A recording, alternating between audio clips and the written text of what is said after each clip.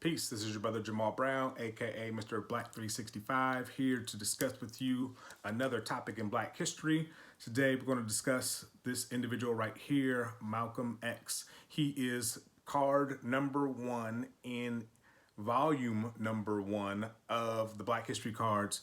This card pack has 52 cards of 52 quotations. This quotation here on the back of this card says, "Education is our passport to the future, for tomorrow belongs to the people who prepare for it today." Quotation there. Let me just go through a couple of others real fast. Here we have Lena Horne, her quotation there on the back. You have to be taught to be second class. You are not born that way. Another fantastic quotation. Here's another card from that pack. Muhammad Ali. He who is not courageous enough to take risks will accomplish nothing in life. Again, each of those cards can be found inside of this box here. There's 52 cards of 52 quotations, blackhistorycards.com, blackhistorycards.com. But going back to Malcolm X, he is the subject that I know most of out of all the subjects I know in life. I've studied the writings, the lectures through the Freedom of Information Act. Have FBI files on Malcolm X. I've scoured his autopsy photos. Had the great pleasure of doing a taped interview with Ilyasha, one of his daughters. Again, since I was early teenager, I've been a true student researching the life and accomplishments and the words of Malcolm X. They used to call me Young Malcolm in high school. They used to call me Young Malcolm in college. And lo and behold, May 19th, the same birthday as Malcolm X in the year 2002, my son was born. Yes, my son has the same birthday as Malcolm X. I love and appreciate the life of Malcolm because his life is a life of transformation, a life of evolving, somewhat like a caterpillar goes inside a cocoon and transforms into a butterfly. That truly is the life of Malcolm.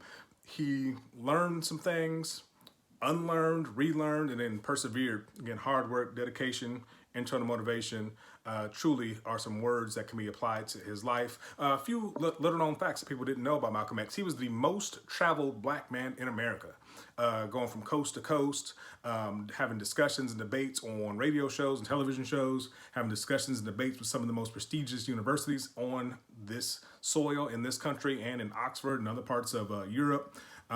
Did you know that when Malcolm traveled internationally,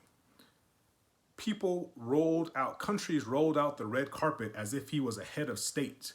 Happened to him several times in Africa, happened to him several times in the so-called Middle East and elsewhere. Did you know that he was refused entry into France? He had a striking rebuke against France as France denied him access to come there and talk. He talked about France, like, how do you allow a sovereign country tell you, a sovereign, who you can and cannot allow on your soil? Again, as Ozzie Davis said in the eulogy, he was our shining black prince, our manhood. Again, he stood up and spoke like a man, spoke truth to power, and we truly, truly love him for that reason. Little known fact, did you know that Malcolm X was poisoned while in Egypt? Nearly died while he was in Egypt. After that, once he came back to America, he constantly was watchful over who prepared his meals, and you rarely saw him eat a meal outside of the mosque. And he even watched people he knew for years because he was just unaware of who attempted to assassinate him at that time. But yes, he was almost assassinated via poisoning. Some people believe the powers that be, the alphabet boys, were responsible for that. Let me just quickly go through a few books that I have here in my library. Of course, the incomparable autobiography of Malcolm X. This is one of my original versions. I've had this book so many times and given it away so many times. This book right here, To Kill a Black Man. It's a play on To Kill a Mockingbird, a play on the terms, but it's no play. It's an actual book written by Lewis Lomax. Lewis Lomax died under very mysterious circumstances shortly after publishing this book here, not long after publishing this book here. To Kill a Black Man. It parallels the lives of Martin Luther King and Malcolm X, shows the parallels and talks about the relationship that they actually did have. Talks about the phone calls and discussions that Malcolm had with Coretta Scott King, the letters that they would write back and forth, the alliances that they were building. This book here, another phenomenal book, Malcolm X, is edited by Dr. John Henry Clark. Malcolm X, the man and his times, 21 black writers on the most charismatic and pivotal figure in Afro-American history, who he really was and what he really stood for, plus the basic writings and speeches of the man himself. Again, this book here is in my library. Some great mentions here, again, by one of his daughters, Ilyasha, the one I was able to discuss, have a conversation with, Betty before X. It's important as historians that we do not classify or paint women into paint women into corners and base their lives solely on the men that they decide to marry. For that reason, we actually featured Dr. Betty Shabazz in one of the editions, 2019 edition of the Black365 calendar. She had both a bachelor's and master's before she even met Malcolm. She went on to become a nurse and earn her doctorate in education. This is the last book I have here of Malcolm X in my library, A Lie of Reinvention, Correcting Manny Marable's Malcolm X. A few years ago, historian Manny Marable wrote a book about Malcolm X. It was absolutely terrible. There's no other way I can say it. Book was terrible. Talked about Malcolm in a very negative fashion. I actually wrote a stunning and striking and strong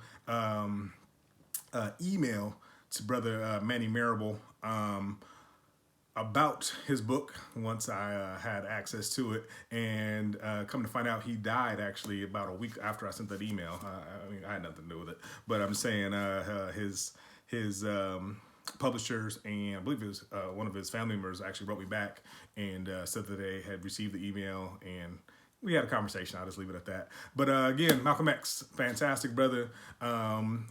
Who Killed Malcolm X, currently on Netflix. I encourage each of you to check that out. One of the better documentaries and one of the better pieces I've seen on the brother who had an international appeal, had an international voice. And did you know, shortly before he passed away, before he was assassinated, I should say, he was taking the U.S. government to the world court.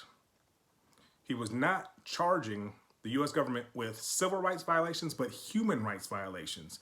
Going back to redlining, poor education, access to poor foods, poor schools, poor housing, again, police brutality. He was going to take the United States government to the United Nations and charge this country with human rights violations.